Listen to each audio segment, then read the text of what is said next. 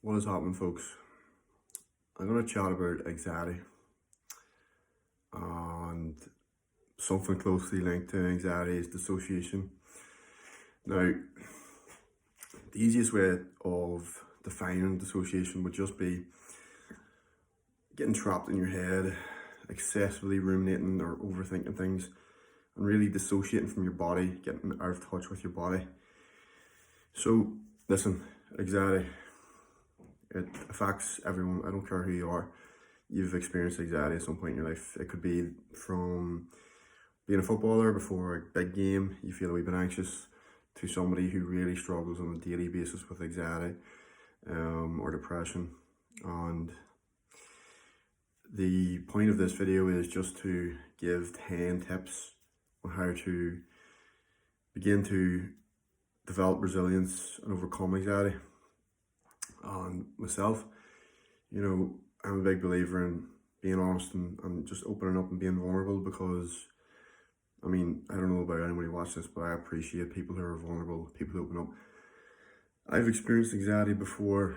I've had panic attacks before.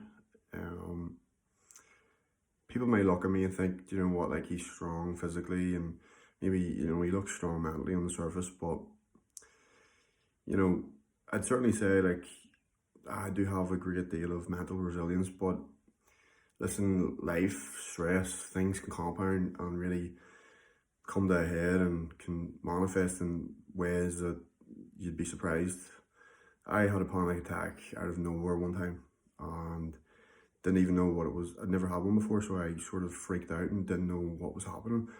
And I thought, oh my God, like, what's going on here? Like, my heart's racing and, you feel this profound sense of doom, and it just comes out of nowhere. My life was good at that point, and there was nothing in my life that would really, I would have thought, that would have made me feel that way, but something happened, and I think subconsciously at the time I was stressing.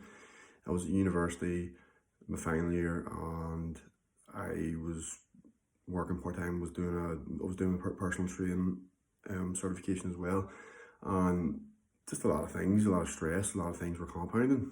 But since then, I've never had anything like that before, and sorry, it happened again. And what I want to do is share just a personal story there, and not only that, but give tips that I've found have actually been effective.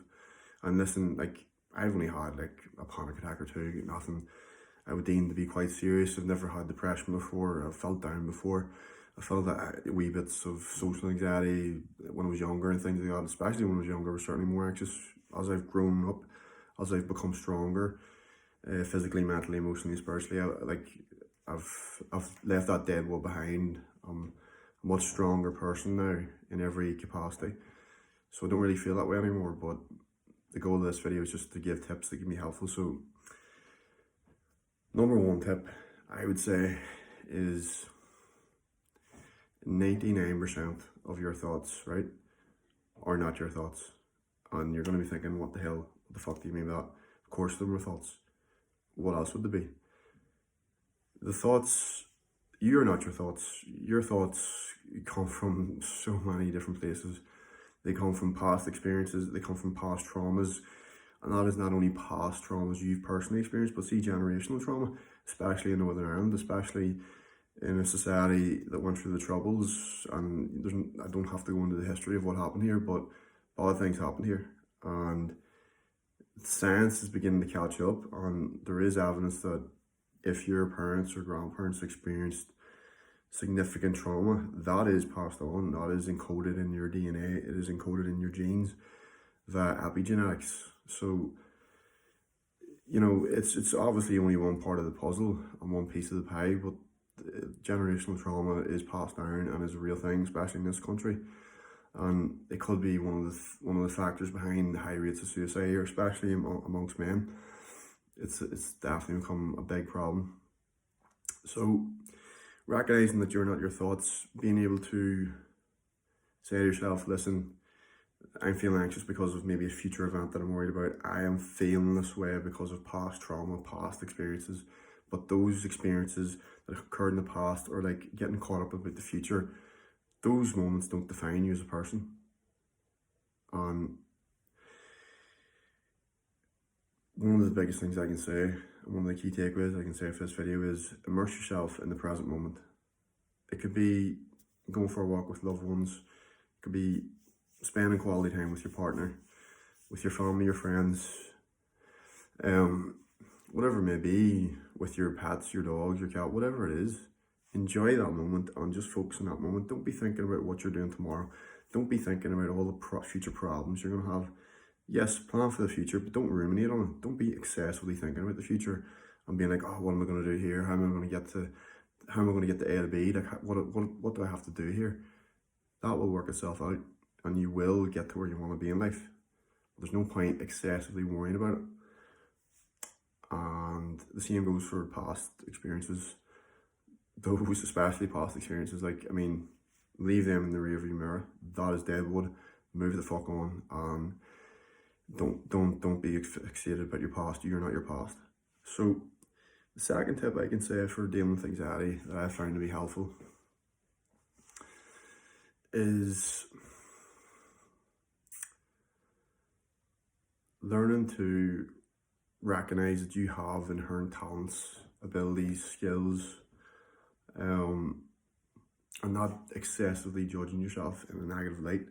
This is related to self-image and having a positive self-image about yourself, and not beating yourself up about who you are, because you shouldn't strive to be this perfect image that you have in your head of yourself. Obviously strive to be the best possible version of yourself on a daily basis, but if you set these lofty expectations of being such and such, or having such and such status or prestige or money, and you don't get there, or it takes you a while to get there, and you're just constantly unhappy and feeling anxious about it every step of the way throughout the whole process, rather than immersing yourself in the present moment and enjoying every step of the journey and the process to getting to where you want to be in life and achieving your goals, it's a much more fulfilled and satisfying way to live than just constantly being fixated about the future and trying to be this perfect sort of image you have in your head. As well as that, it's recognizing as well that this is also related to thoughts and your own thoughts, right? A lot of people are, say, anxious about what they think other people think about them, when the reality is, right, honestly, see, people are probably not thinking about you, like, and you think they are, but they're not. Like, people don't care that much about you, and I don't mean that in a disrespectful way. Like, I mean, unless you are a celebrity or someone with a significant amount of influence, like, no one is really going to be thinking about you, unless it's one crazy person who's obsessed with you. Like, don't be overly thinking about what people are thinking about you, because do you know what, even if they were thinking about you, and even if they were thinking about you in the worst case scenario, a negative light, or didn't like you, fuck them. Focus on yourself first and foremost. Fuck what they think about you. You focus on yourself. You only have a certain amount of fucks to give in life, so don't be giving a fuck or wasting your fucks on people that don't matter. And this, of course, is tied into, like, surround yourself with positive people, getting rid of toxic people in your life that don't serve you or add value to your life. So, moving on, obviously, I think a big one is the use of technology, in particular social media. Social media can dissociate you from your body.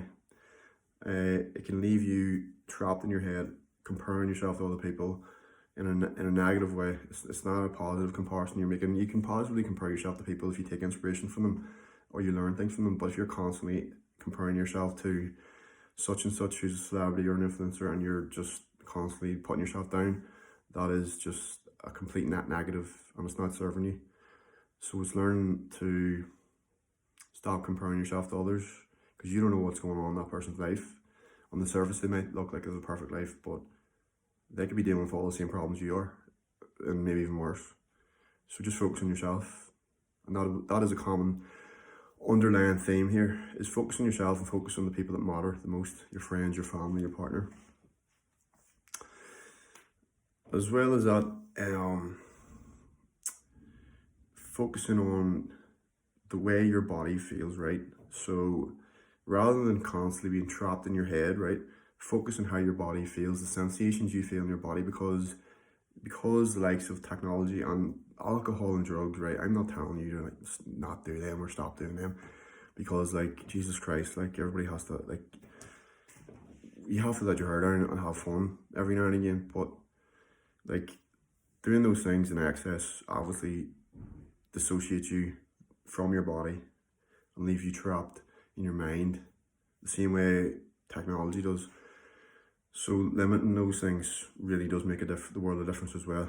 So eating the right kinds of foods as well, like protein foods that are high in protein, high in healthy sources of fat, that are nutrient dense, full of vitamins and minerals, will keep you grounded and keep you in a good state of mind, because food is fuel. Now people like to like say if it fits your macros, or you don't have to worry about what you eat, you know, as long as your calories in versus your calories out is equated.